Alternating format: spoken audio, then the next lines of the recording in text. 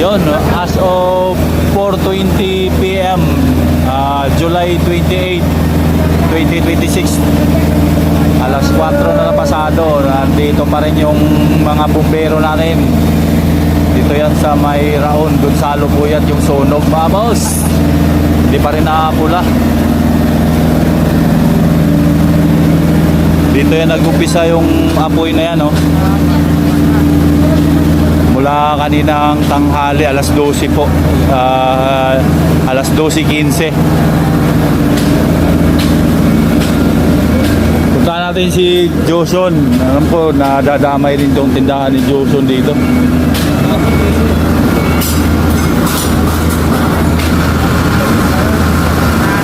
Oh, wala na. Pati bangko dito, sinarado na. Yung tindahan ni Joson yan, no? Oh. Kasi yung taas niyan, bodega rin nila. Yung second floor. Eh, nasusunog din yan second floor. Kaya yung mga stock din ni Joson, malamang mayroon din mga nadamay dyan sa stock room nila.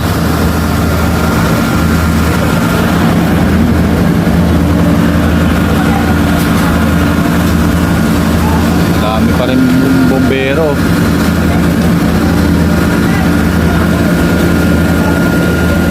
Oh, shout out sa taga Personnel Sin, nandirito rin, naki-OC.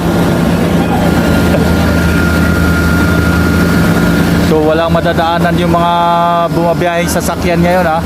Yung mga matatraffic galing sa Makati or galing na Monumento, mag LRT na lang po kayo. Dahil matatraffic talaga kayo, sobra. So puno pa ng mga bumbero tong mga kalsada dito. Ito kahabaan ng Raod, oh. Dami pa rin mga fire truck.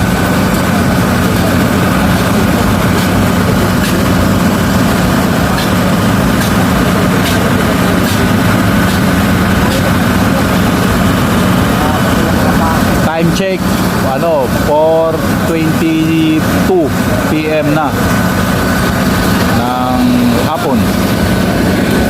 Tamo, yung LRT mismo, walang mga jeep na dumadaan. Yan yung Carriedo banda.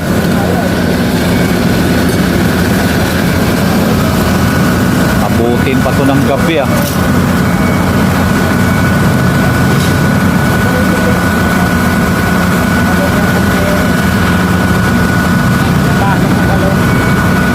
Kasi medyo na pula na rito, eh. Yung apoy na lang nandurong pa banda, oh.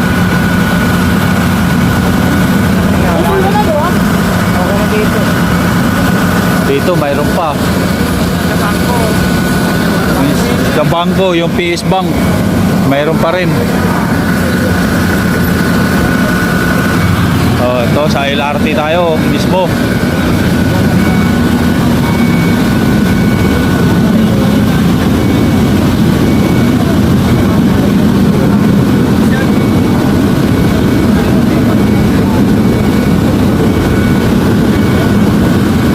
Base Bank, sarado rin. Kaya nadama yung taas nila, oh.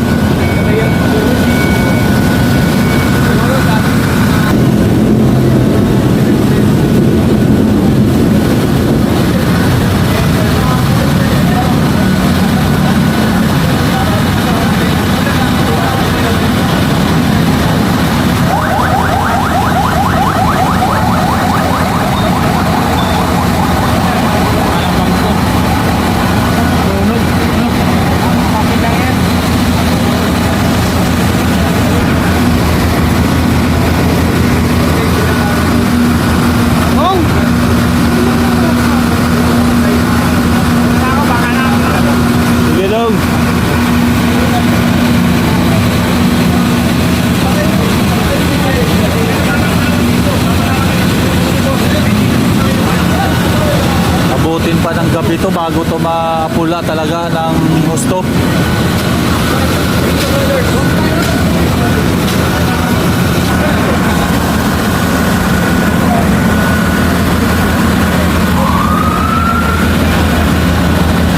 Dito tayo papunta sa banda sa may Trinidad Street.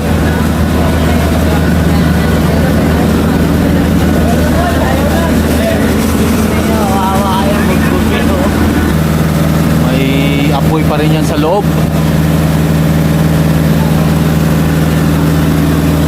Dito kasi nag-umpisa yung apoy kanina sa taas. Stock room pa naman ang ano yan, mga power tools. Maraming nasunog na rin dyan.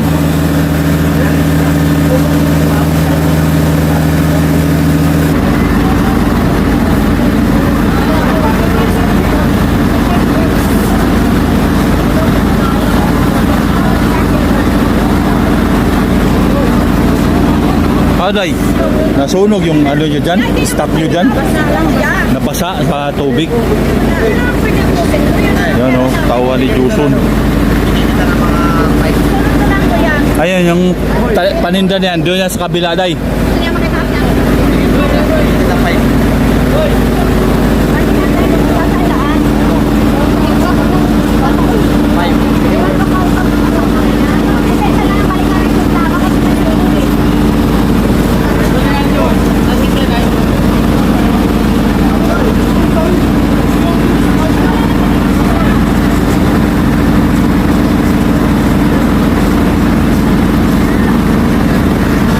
Maapoy pa rin dyan, oh.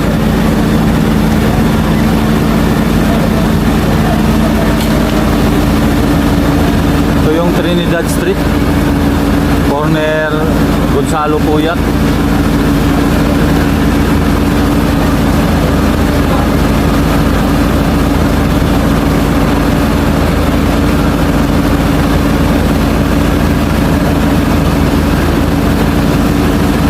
Abutin to ng gabi talaga bago to ma-fire out.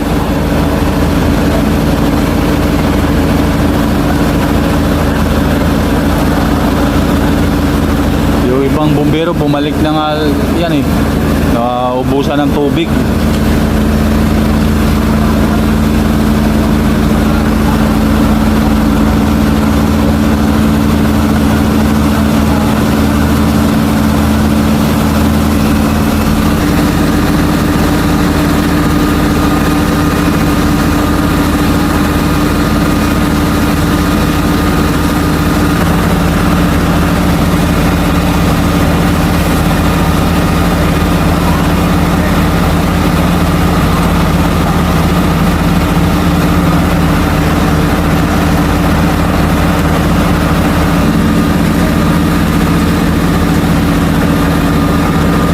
Ito yung nag-upisa sa taas kanina ang tanghali. Yan.